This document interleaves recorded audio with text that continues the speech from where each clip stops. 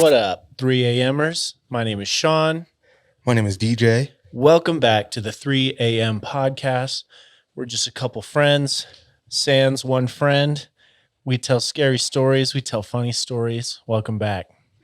Charlie's out of town right now, so it's going to be us two holding down the fort. 2 a.m. Slacker. Dude, what is good? It's been a while. We didn't put out last week. If you caught last week's live stream, you'll know the details. But one of us had some medical issues and was in the hospital. So It was me, guys. everything is all good now, though, right? Everything is all good now. Everything's good now. So thanks for your patience, everyone. We're trying to become Twitch affiliates. If you're not familiar with Twitch or not interested at all, but still want to support, the least you can do is go to twitch.com/the3am-pod. The link is in our bio. Just give us a follow. Create an account, give us a follow, and that really does go a long way. But for those who are interested in Twitch, that's going to be a channel where I think we're going to start recording, live streaming our episodes more and more. Yeah. It's there's some challenges that come with it. We want to be able to provide the same, if not better, experience for people who will still be sticking to the podcast audio only, while really developing the brand from a visual aspect. So the streaming community is a huge kind of well that we want to hit and draw from. So bear with us as we figure out those details. But we'll be doing not just the regular podcast, but a bunch of other content on there as well. I think we'll eventually stream movies, stream playing scary video games, All of the above. any type of content related to the podcast, and honestly unrelated. The streaming platform is free game. Yeah. So For all you content depraved 3 a.m.ers, we're coming at you with more. yeah. So that means more for everybody, and hopefully more for patrons. It's kind of tricky merging like Patreon and Twitch, but we're trying our best. So Yeah. that's kind of like housekeeping for now. So look out for those kind of updates. And like Deejay saying, just go and give us a follow. That doesn't take too much effort. Just do it. Dude, what is going on right now? Oh, what do you mean? Like in the world or like? In the world, it's insane. Yeah, dude. Everybody's eyes are on Ukraine and Russia right now. Yeah, it's a lot going on. I talked about it last week on stream. Coming from a place where I didn't know really much about the conflict. So I spent some time on the stream reading up on it. And I feel a little more educated, still lots more to learn and understand. And obviously the story's still developing. You got what the Kremlin is now, though. Yeah. I still don't really understand. I know the Kremlin is Russia, but is it a specific group? Are they the political leaders? The Kremlin is the quote unquote capital building of Russia. And so they refer to like the head of Russia as the Kremlin. It would be like if we say the White House. Okay. So Kind of like that. When Russia loses this war and Putin has to escape and flee Russia. Argentina. Where's he going? Argentina? Join Hitler? That seems like a logical place to go if you're a dictator heading Would it? For escape. Where else? Antarctica, Agartha. He's already like chill with, chill temperatures. Yeah. I was thinking somewhere in the Midwest, maybe. The Midwest? No one's of the U.S.? Yeah, no one's going to be checking there. Nobody goes there. Oh, where in the Midwest? Are we talking like central Nevada or Midwest, like further east Midwest? Nevada's Mountain West. Midwest, okay. Ohio. You're right. It's cheap to live in South Ohio too. So Dakota. if he's trying to get a good deal, Yeah. Yeah. It's cold there. yeah, you get some There of that. nothing. There's nothing. It's just like Russia. I can't believe how many similarities there are between the Midwest and Russia. Yeah, I mean, you're not wrong. I'm You're not wrong. stupid. Uh, yeah. I could see that happening though. Like government, at least watch Ohio now because we know it could be a possibility. Yeah. Pretty soon there's gonna be hot Russian singles in your area. Bro, there's always hot actual- Russian singles in my Actual. area that are hot single moms. I don't know what this is. So I had to tell you though that I got back on all of them dating apps again. Oh yeah. And how's that been going? I realized that I had a pretty serious red flag in my basic approach. Like you were putting off a red flag, or you were seeing red flags? I was putting off a red flag. Oh no. Let me tell you, I only realized this after, like, I would start a conversation, then all of a sudden it would go South. It would be ghosted conversation. Mm. So on all of my profiles, 3 a.m. is a part of it. And at some point, Like how so? Like you just put like it. I have a podcast with my friends. We tell scary stories, yada, yada, yada. At some point, Bro, are you trying to keep the women away? in this conversation, I noticed that I was asking them this question, and tell me if you think this sounds familiar. Do you like scary stories? What's your favorite scary story? This is your pickup line. No, it's not the pickup line. It just would at some point get there in the conversation. Yeah. And I realized it sounded very Scream. Do you want to play a game? Oh, that's Jigsaw, but still, But still. same. And as I started to realize that people, like, girls stopped responding to that, I was like, I better rethink my approach. Had to start asking stuff like, are you into scary stories? Or like, do you listen to podcasts? Stuff like that. And let me tell you, it works a lot better. But I realized that the biggest red flag was just being like waved on my part there. They're just getting the biggest like serial killer vibes probably from that. And I'm like, a horror story waiting to happen. exactly. Huh. So Yeah. that's been my life. Yeah. Just realization. Yeah, up until this point, we've been telling everybody to tell their friends about us, but maybe they shouldn't. Maybe, I mean, like here, just maybe make it sound a little less serial killery. For the sake of saving their own selves. Yes. Huh. I mean, and if you're trying to start a relationship from scratch, probably not a good go-to.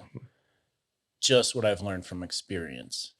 So this has been relationship experience with Sean today. Thank you, Sean. Oh, you're welcome. Well, let's see how it goes, what the trajectory is like with your newfound knowledge. I mean, it's going better.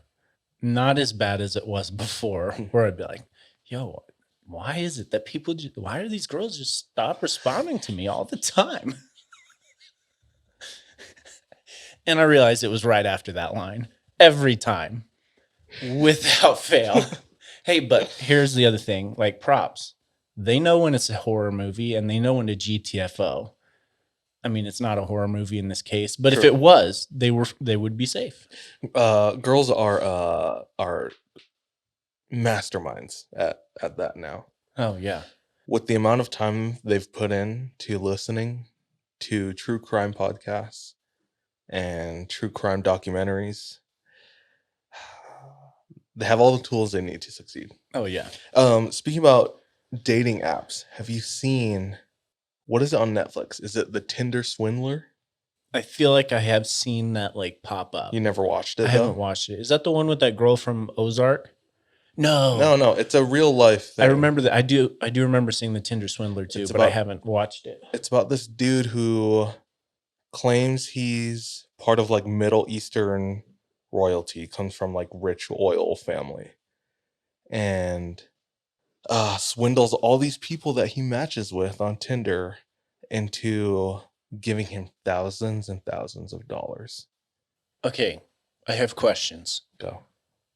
If he's from a wealthy oil family, why does he need money? He would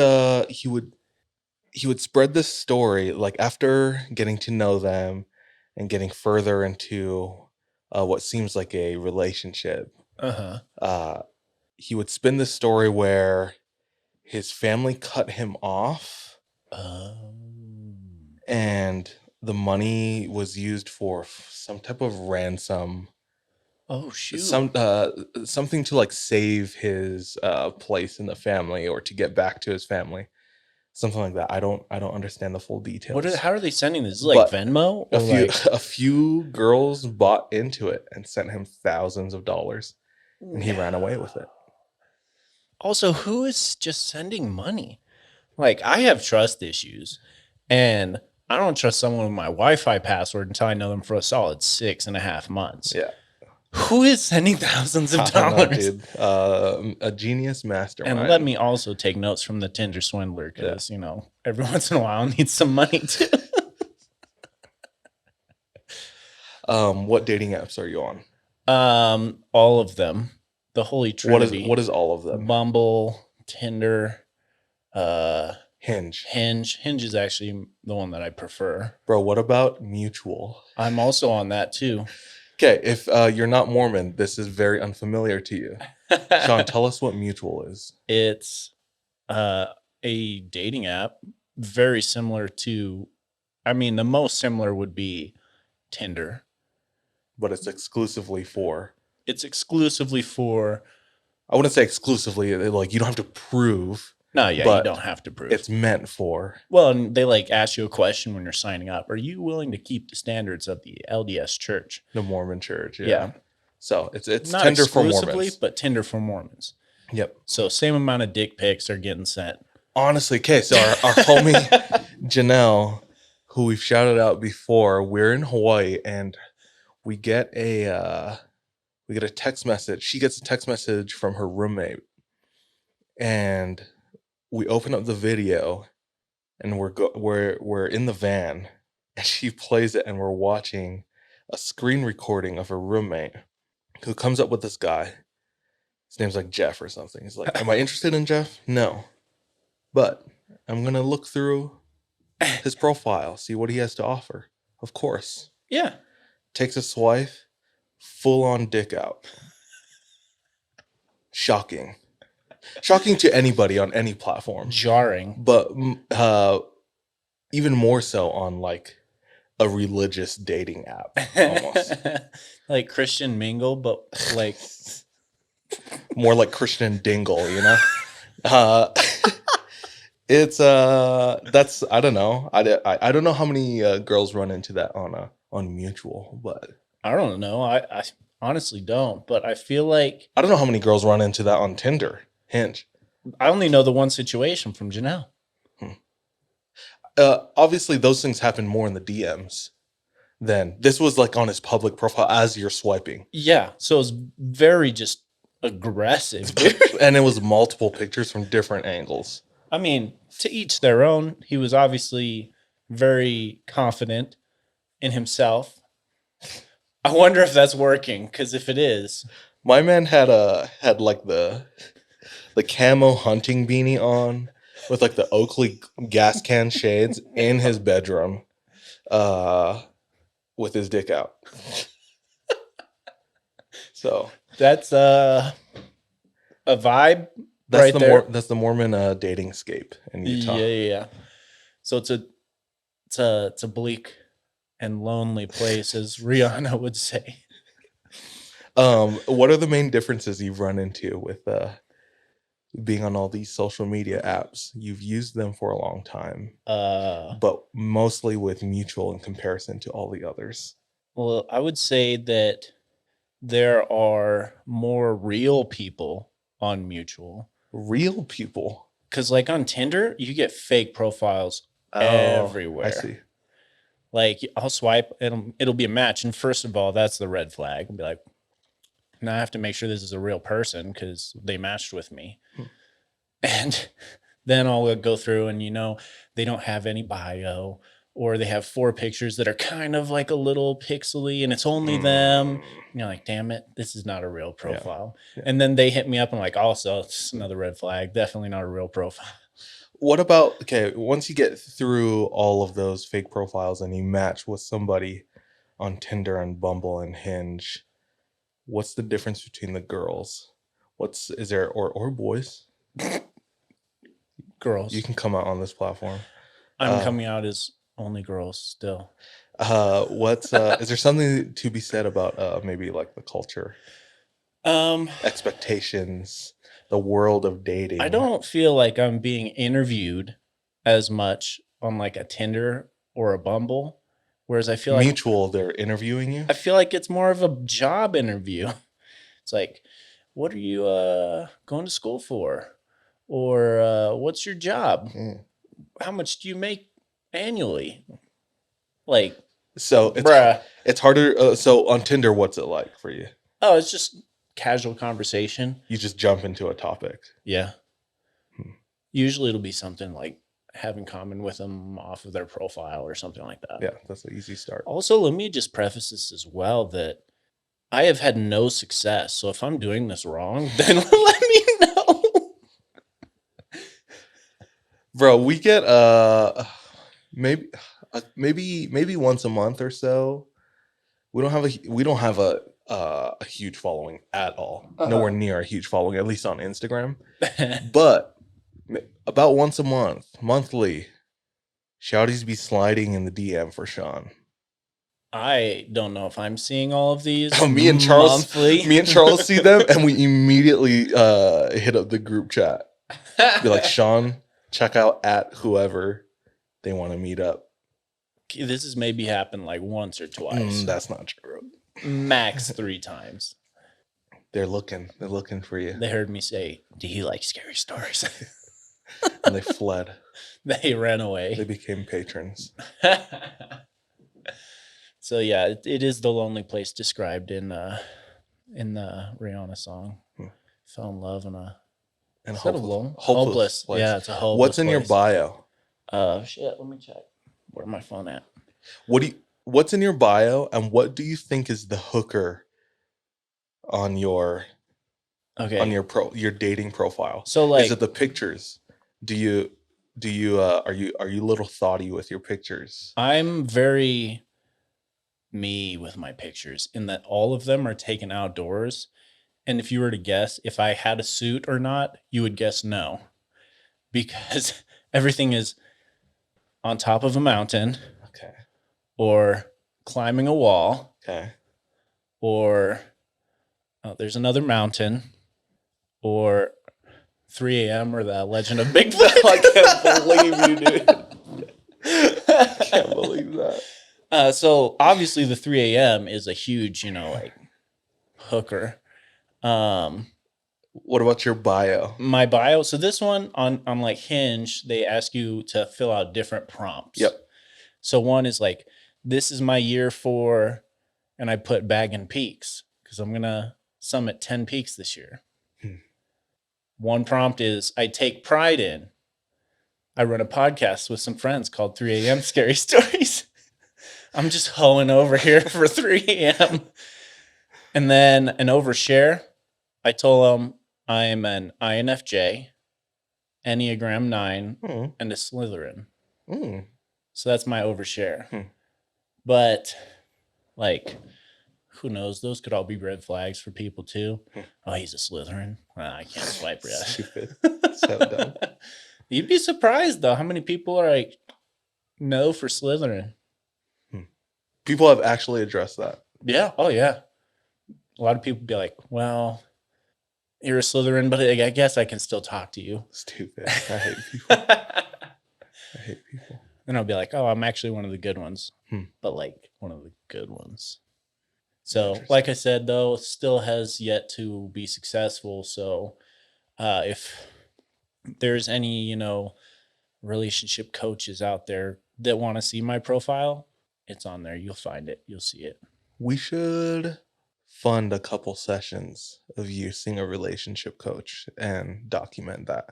That would be see how that works. Bad idea. I don't really want to know how up I am. They'll be like, so how do you feel about that one thing that happened like 12 years ago? And I'll break out in tears or some shit. I don't know. This is why I have trust issues. I'm not going to go into details, but this is why. All right. Relationship advice with Sean. Thank you. Yeah, bad relationship advice. You have anything else? Dude, I haven't seen much else like on the news besides Russia, Ukraine, except have you seen anything about Hank the Tank? No. He's this black bear around Tahoe that is 500 pounds and an absolute unit. And apparently he's been breaking into people's stuff, and like because of like all of the people's food and stuff that he's able to get to, he has become quite massive. What an asshole. But then the last thing I saw about it was that he'd been framed. But that was only the title. Framed how? Who's framing him? That was only the title. I didn't read the article. I just know that Hank the Tank was framed. That didn't hook you to get into the article? I was looking for stories, and at the time, I was like, I need to find a story before I look at this useless information. I should have looked at the useless information, too. I saw a TikTok earlier this week about this kid was like, I was told that I was the only one who could prevent forest fires, and I haven't done shit about it. What the hell is he doing? He could have been preventing forest fires this whole time. Honestly, what came up for a debate following that was Smokey the Bear versus Scruff McGruff. Smokey the Bear. Why? He's more prominent. Scruff McGruff was like... Prominence is the number one thing you go for then? I thought we were asking just like who was better. And to me, prominence indicates that they're better, right? Who would you smash more? Who would I smash? Who would you swipe right on? Also Smokey the Bear. He's in every national park, dude. And I'm finna be in national parks. Crime Dog McGruff is just in the ghettos trying to... trying to better the society, my better guy. Society. Well, I mean, we're trying to save forest fires too. You want a better city, or you want a better nature? I personally would go to nature over a city. Maybe that's another one of my problems. Okay. Why? You going McGruff? I don't know. I'm just trying to come up with valid arguments for both. Okay. But who would you pick? Probably Smokey. Hey, I'm literally wearing his hat right now. I was going to say, I'm wearing a Smokey hat right now. Well, I mean, we still had to have the argument for the other, though. So that's good. That was good. Dope. Should we move on? Story time? Yeah. It's a short episode tonight, guys. But we're excited nonetheless. We're rolling a 20-sided die. See who goes first. I got 19. DJ got 15. Shit. Bro, this is the highest roll I've had in like 6 months. All right, guys. I have a story that was submitted to us last week by a listener whose name, they didn't ask to remain anonymous, so sorry.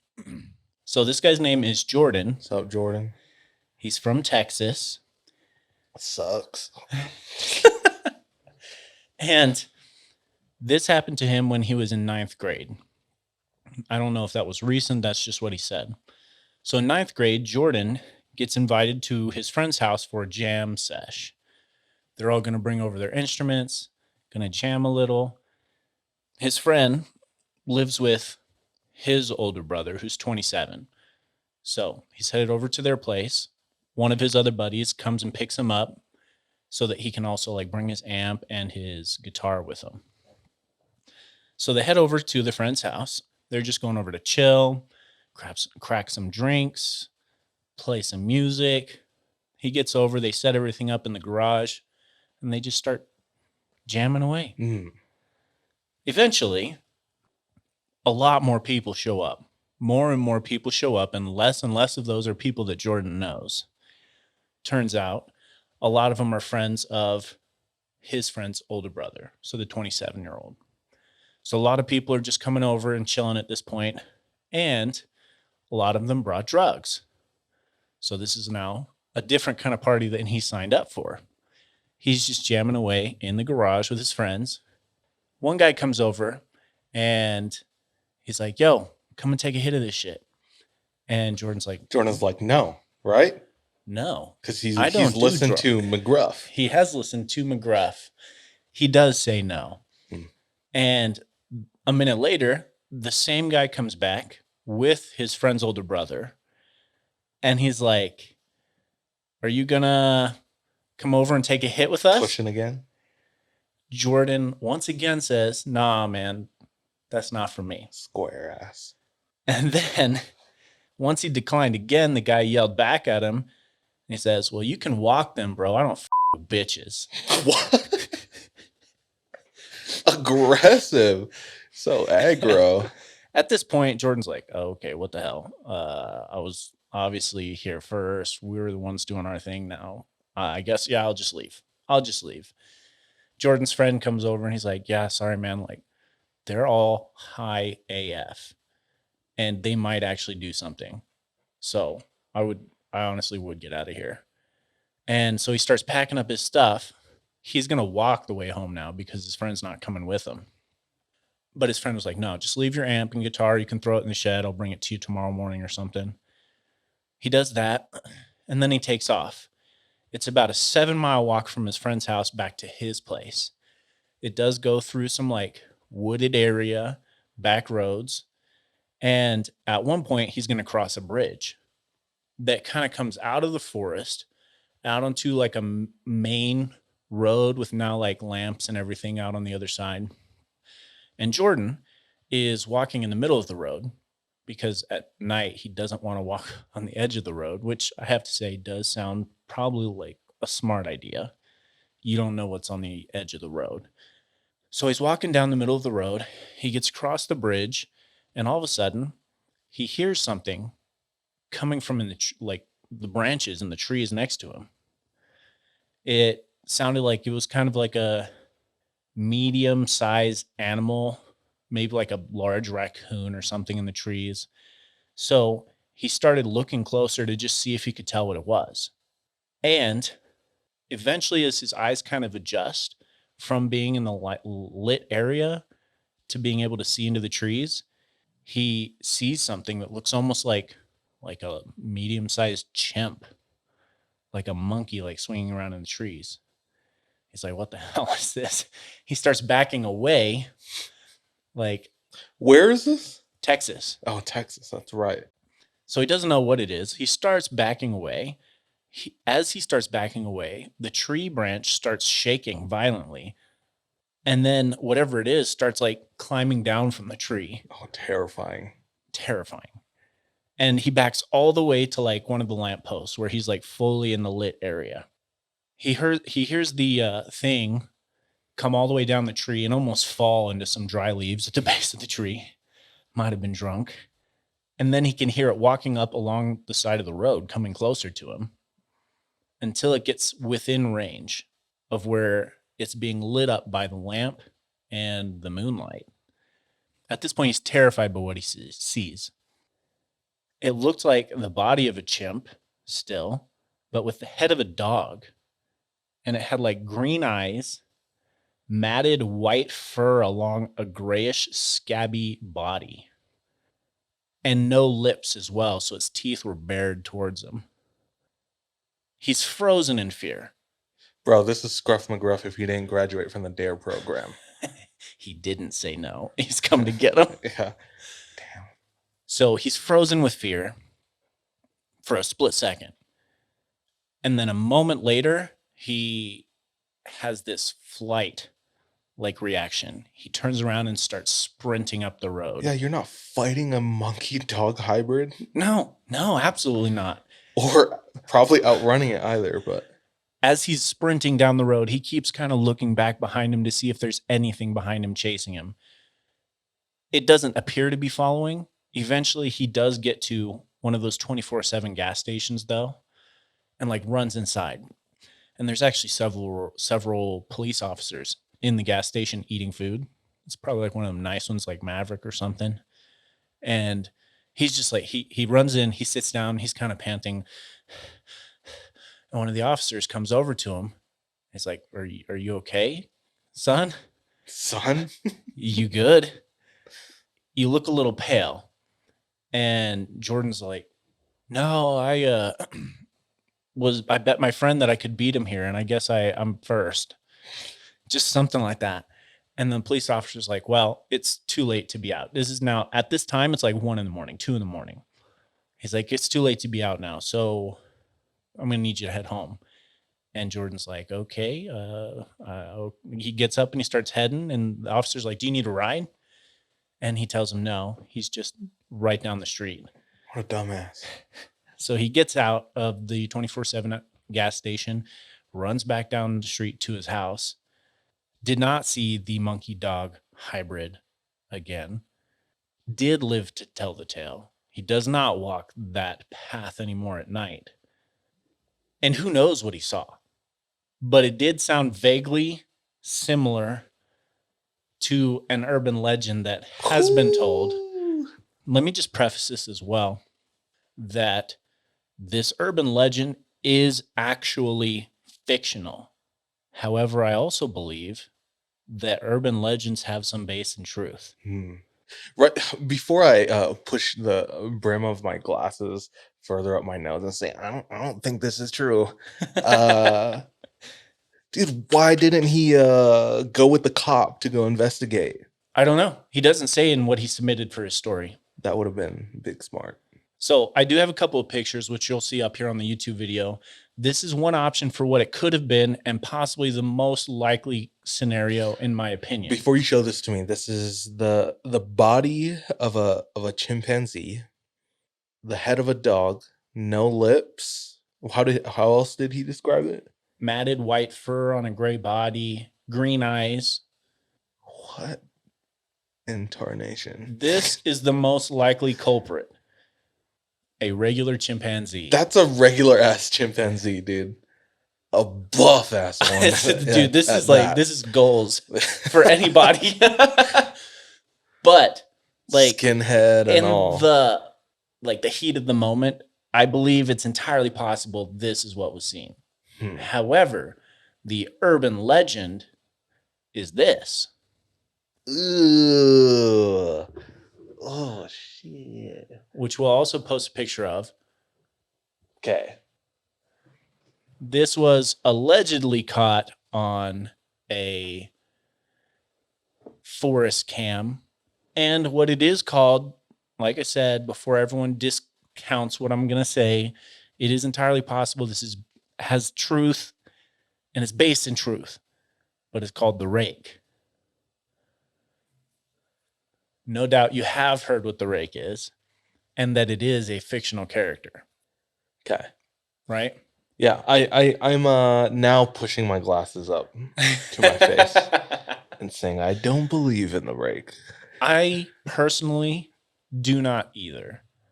However, I do think that a story can influence an experience or vice versa, in that somebody may have seen some sort of freakish chimp out in the middle of the woods and it becomes a good story. Oh, for sure. I think it's a half-truth. Yeah, that's what I think. Either way, it would be terrifying to see this frickin' thing out in the middle of the woods just coming up to you at the light. I'd probably run too. Dude, that Planet of the Apes. Yeah, that pale, muscular, just buff monkey. That's like the original Aryan. He's about to wreck your shit. Dude, if that thing came after you too, you're also yeah. Like, whether it is urban legend or not, you're screwed, Jordan. So running was the best option. Check that. Running until you could get a ride from the police officer was the best option. And that's the story for tonight, though. Oof. I'll let you think what you will, believe what you want, and it's up to you how to explain away what you can't believe.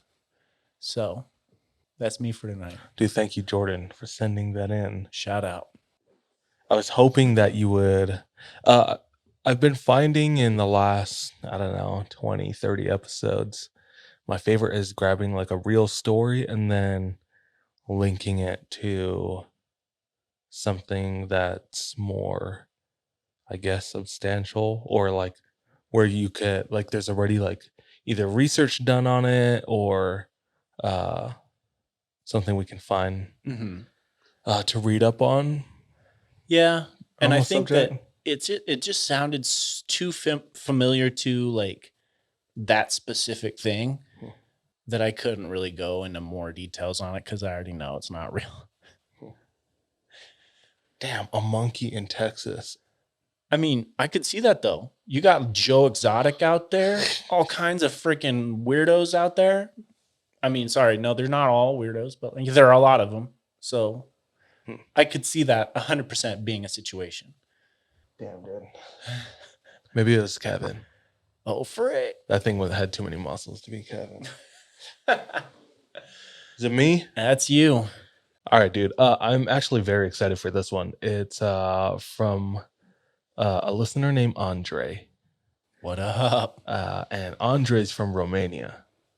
We have listeners in Romania? I guess so. What the? Probably the only one. Andre has a couple stories from his grandma. And his grandma would tell him this story every once in a while. And it happened when she was like a young adult, Okay. living in Romania, born and raised, has always been there. And stayed there until she passed. But in her village, there was a woman. And this woman was known because of the business she ran. This business, she ran it from her own home.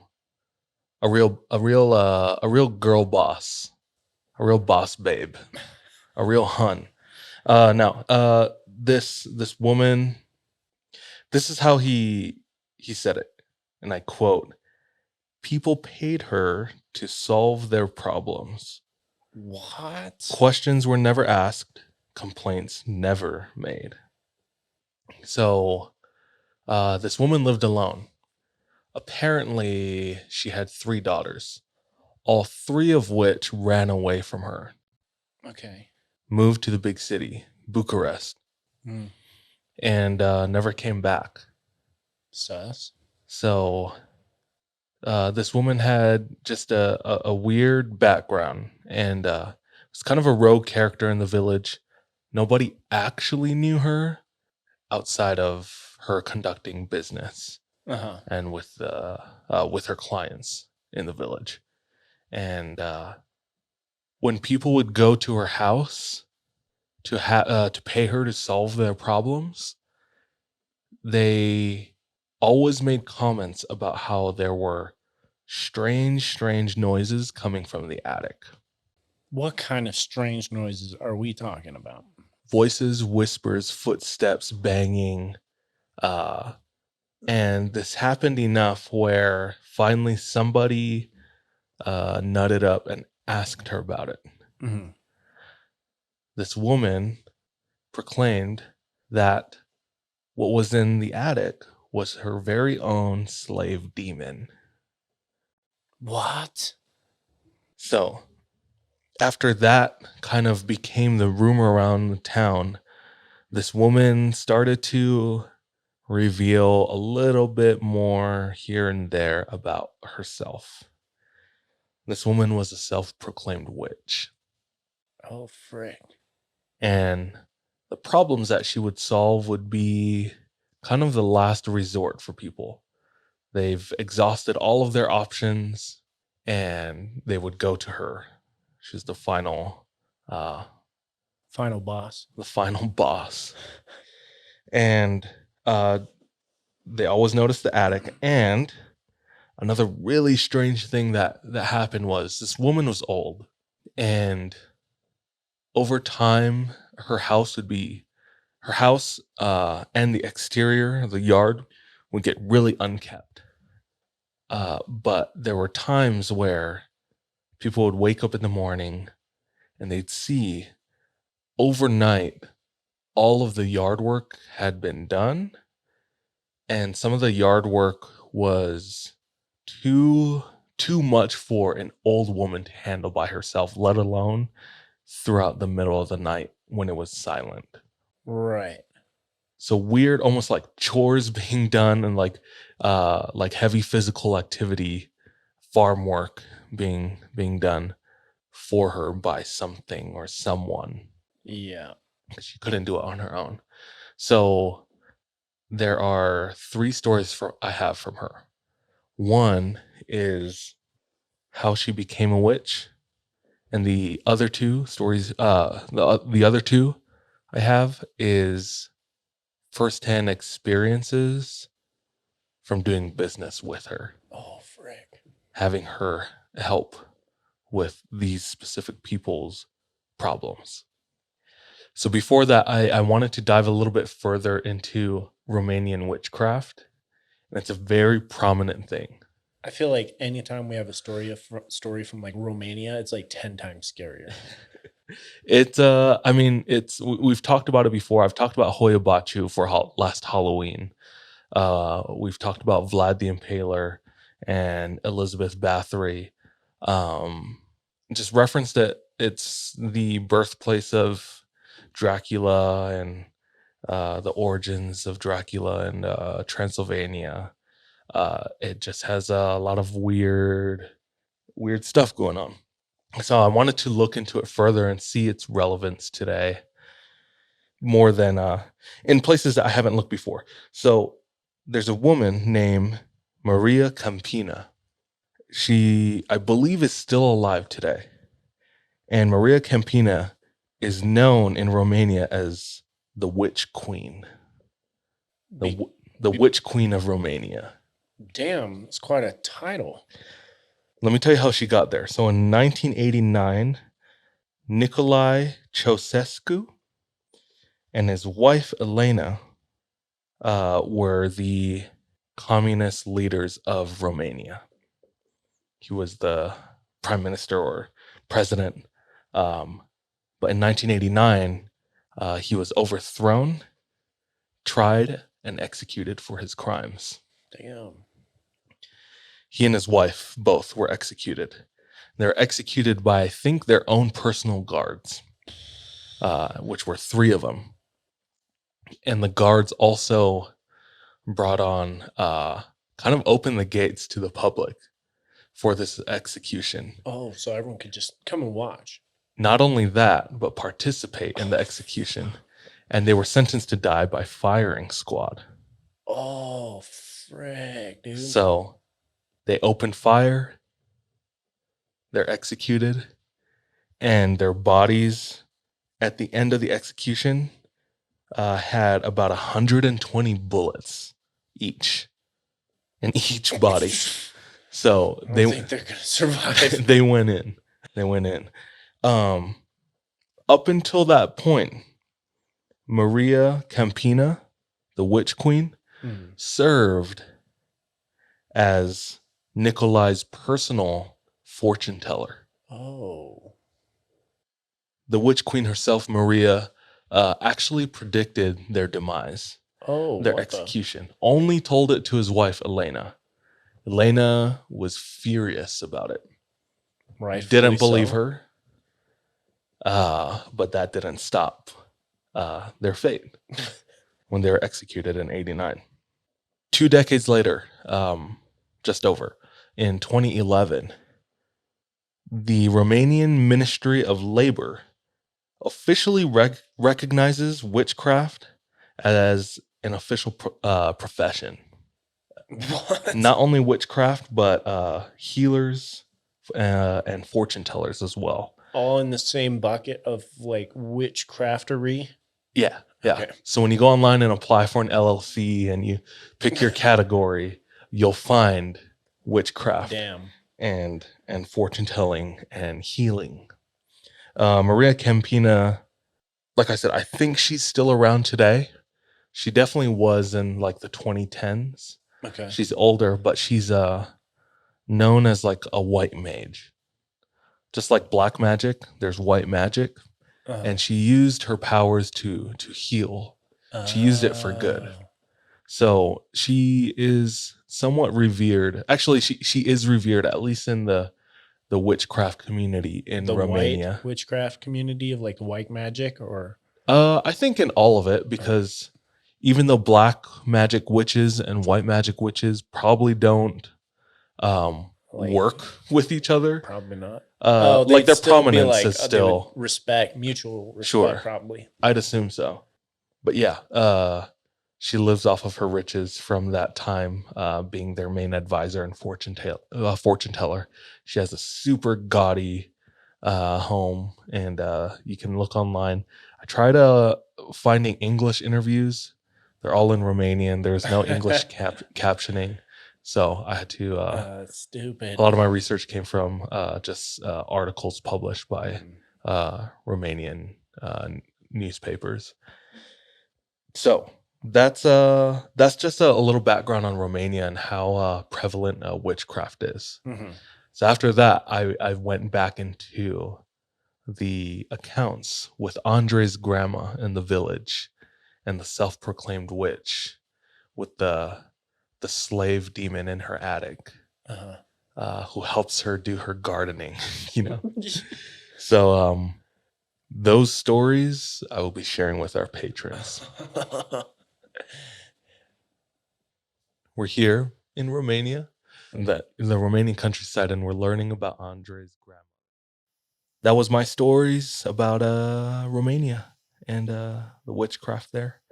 So those are wild stories, though. Y'all missed. If you're not patrons, go to patreon.com/3am pod, and you're gonna hear some wild stories.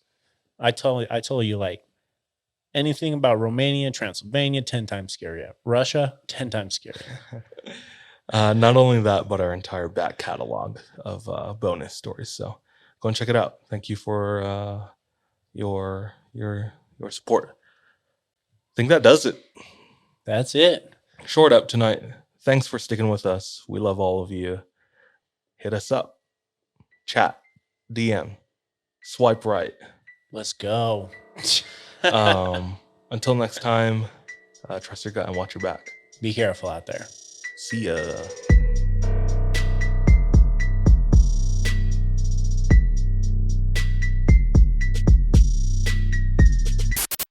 Hey, thank you so much for tuning into this episode of 3AM.